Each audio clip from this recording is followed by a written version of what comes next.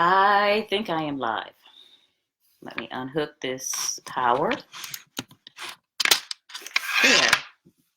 Okay. Um, some of you guys know that I'm not really that good in social media, but I'm going to do the best I can. So go out there, share, let everybody know that I'm on here. And what I'm going to do is I'm going to have a series of little talks. What I'm going to do is talk a little bit about some of the things that are going on now.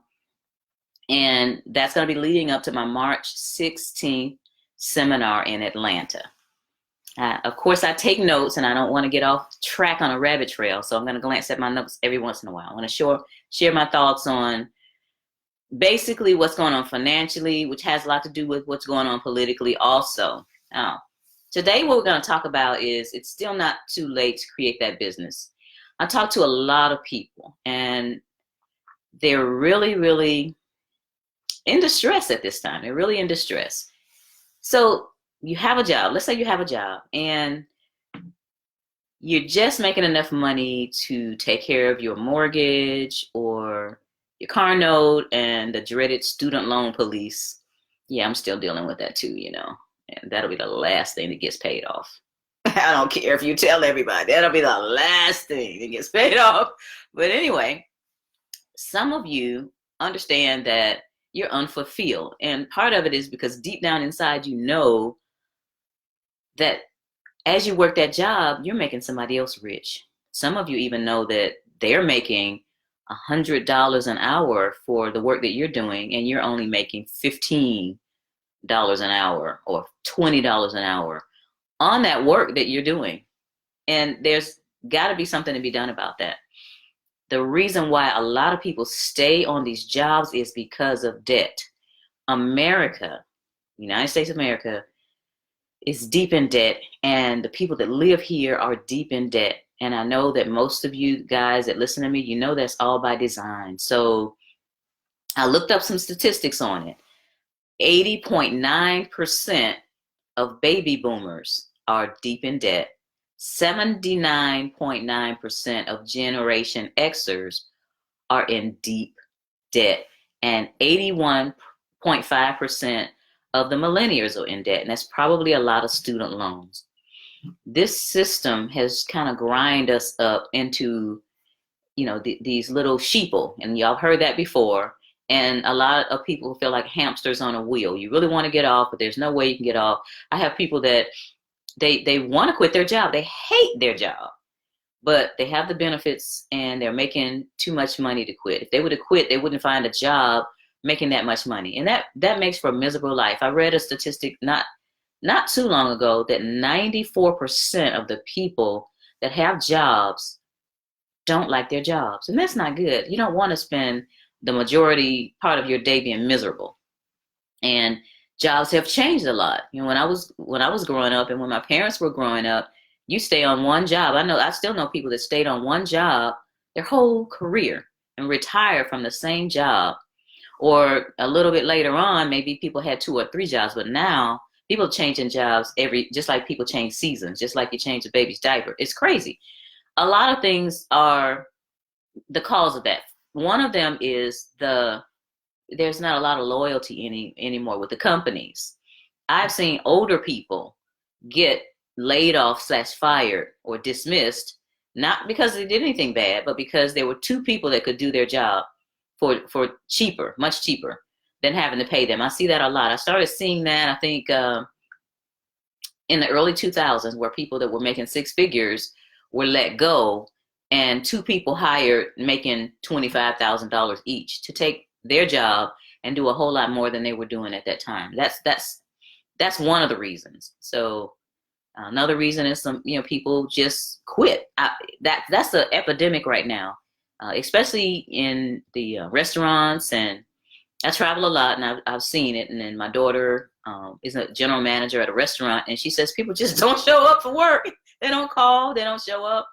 One time I was out of town. I think I was in Dallas, and I was at the Hertz rental car place, and it was so disorganized. And the lady was telling the other guy, said, people are just not showing up for work at all. So they're being automatically terminated. They've changed their policy where they automatically terminate people that don't show up. And I don't know, there's a lot of uncertainty going on and people just not caring. So the job market thing has changed. What we want to do right now is learn a better way. There is a better way. A better way is for you not to have to depend on a job for your life, for your happiness, for your finances. I'm not saying quit the job because, again, you've got your benefits and some of you are making decent money. What I am saying is start that business. You all have something in your head that you can figure out to be a business. Let me say something about the job to kind of stir you to the point where you're angry enough or you're excited enough to start your own business. When I was younger, my dad and I, we were best friends. He taught me a lot. He still does. He's still alive, y'all. And when I was about 15 or 16, we were having a discussion about careers because he had already told me when I'm 18, I'm getting out. He said, when you're 18, you're getting out. And I was like, what is he talking about? I'm getting out. You know, it just scared me. So I started paying attention and concentrating on where my life was going when he said, when you're 18, you're getting out. So he was saying, when you get a job, that's fine. But when you have a job, your boss determines where you're going to live, what kind of vehicle you're going to drive, and where you go for vacation. And I automatically said, that's not true. I'll decide. I'll decide where I want to live. I'll decide where I go for vacation and what I drive. And he looked at me very sternly and said, when you have a job, your boss determines where you live, what kind of vehicle you're going to drive, and where you go on vacation. So I had to sit back and think about that thing for a minute. And he's right. Because when you have a job, the person who writes the check, that paycheck, is going to determine whether you live in the hood or whether you live in Ritzy Ditsyville. They're going to determine whether you're driving a hoopty or whether you're driving a BMW. And they're going to determine whether you're going to Florida for vacations or whether you're going to Costa Rica.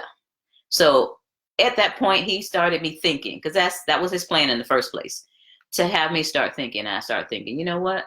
I'm going to have a job to make sure that I get some experience and make some money, but also I'm thinking about starting a business. And both of my parents are entrepreneurs. So I had a front row seat on what to do and what not to do concerning starting a business, and wanted to definitely make sure that at every point I was in a position to make additional income.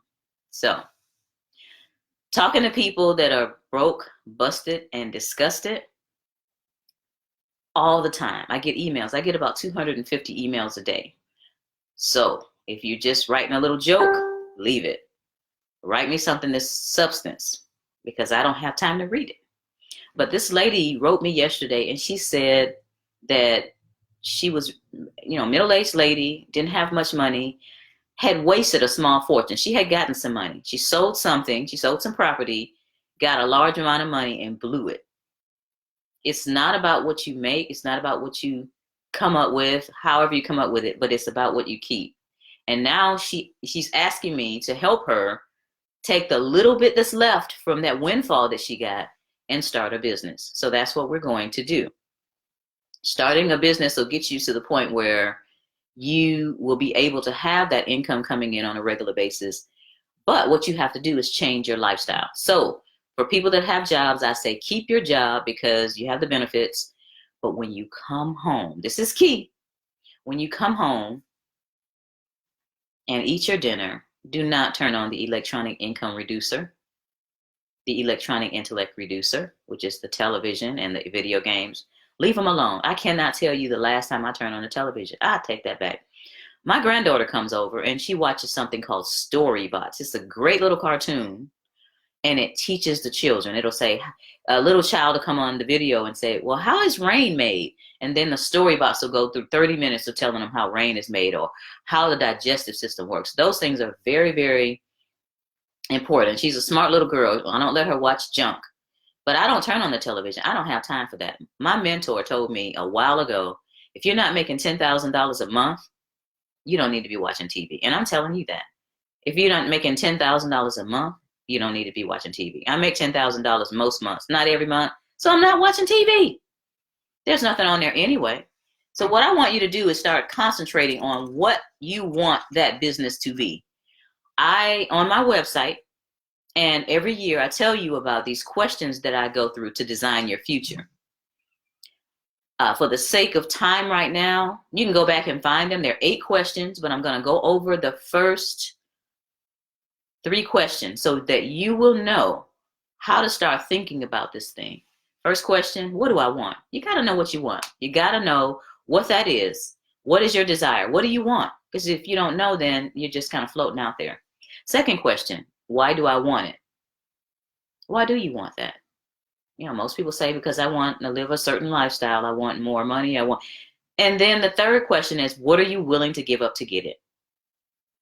Now, if you're not willing to give up the football games and the television and all that other stuff, then you really don't want it. And you can sit on your behind and watch TV and all that, but do not complain. Do not complain to anybody if you're not willing to give up some of that stuff that's wasting your time to get your business started. In my house, my dad would not let us complain. He said, if you don't like where you are at point A, go to point B, but do not complain. So there's no complaining. I have a little bracelet that one of my friends at church gave me. It says no excuses. There's no excuse. I want all of us to be able to thrive. This system is not set up for us. It is set up for us to fail. So the wealthy people keep getting wealthier and the poor middle class people continue to suffer. But you can do something about that. You can make sure that you start a business. So whether or not your company closes, I've had people that call me and say they've been working at a company for umpteen years and they didn't know that the financial situation at the company was bad and the company folded, and then they're stuck. And all those government workers that were on furlough or whatever you want to call it while the government was shut down, as much as they make, a lot of them make a whole lot more than corporate America and the private sector. Why were they having problems getting food and paying their bills and stuff? A lot of people don't save. But one of the first things that you want to do when you get your business up and running is start putting some savings aside. And I talk a lot about that in detail in the seminars. So if you're tired of not being in control of your finances, there is a way out. You got to start a business. I'll talk a little bit more about that during the weeks, and I will actually talk a lot about it in my Atlanta seminar. That thing is all day. I have 4 segments that we go over. I make sure that you can take good notes, and the purpose of the seminar is to make sure that when you go away from there, you have a jump start on being able to start a 6-figure business. Because you guys know I had to do that. I had to start all over. After prison, I was working at a $7.25 an hour job and had nothing. But I had what's up here. So I was determined to get back on top. So it didn't take too long for me to get back to 6 figures. And I don't want to be up here by myself. I'm not like those crabs in a bucket that want to keep you down when you're reaching up. If you reach up, I'm going to snatch you up there. I have a lot of young people I'm dealing with. I'm working with some kids. I call them kids because I'm up there now, that are in their, from 19 all the way up to 25 years old, a few older than that. They want it, and they're getting it from me because they want the information, and they're utilizing it. They're not just sitting there taking notes and going back into their circle of sameness on Monday morning. We can't do that. I don't like it when people come to the seminar and get this information and they go back, and I talk to them 2 years later and they're still doing the same thing. We got to stop doing that. I don't know how long this country is going to be where it's going to sustain the people who are doing that. Okay? I don't know. You don't know what's going on. There's a lot going on behind the scenes. I'm not getting into that.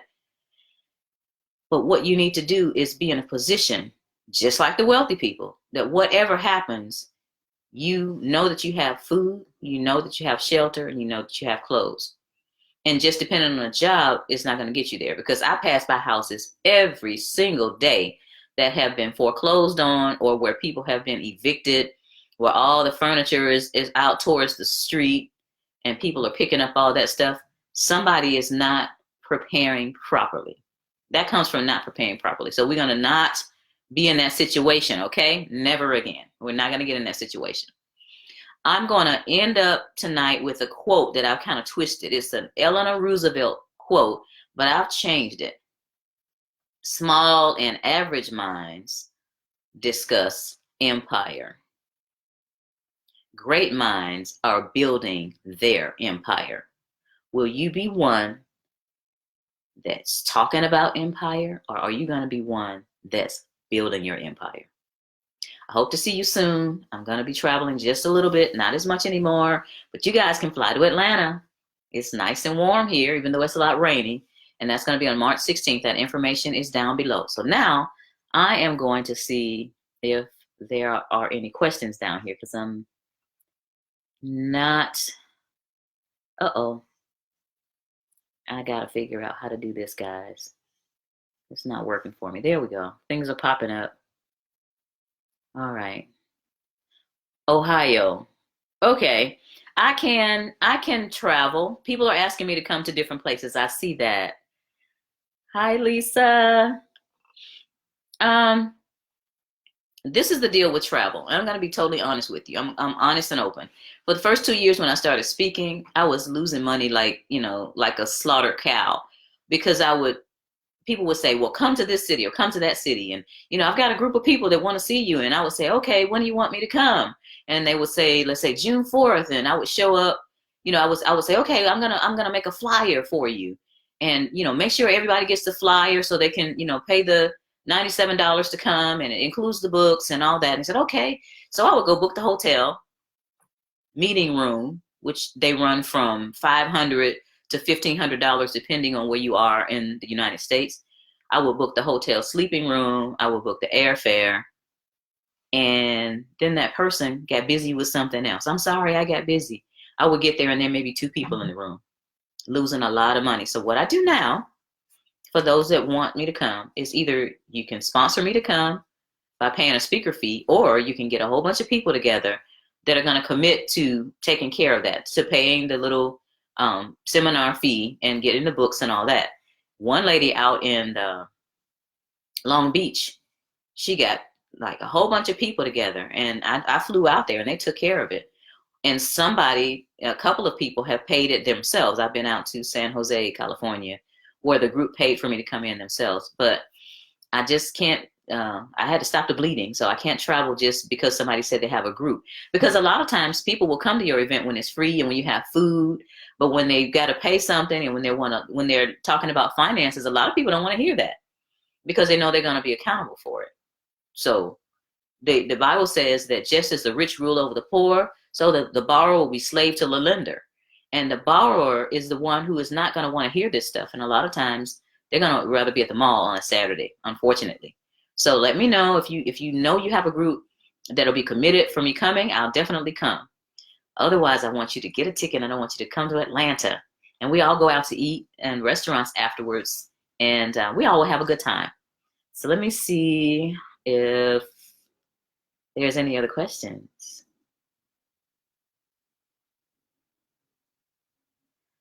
Okay. I think that's it. I'm kind of like, I'm glad you guys came. And the next one, oh, by the way, tomorrow night I'm going to talk about what millennials know that the rest of us don't know. So this is my daughter's downstairs. She's making a cake and I smell it.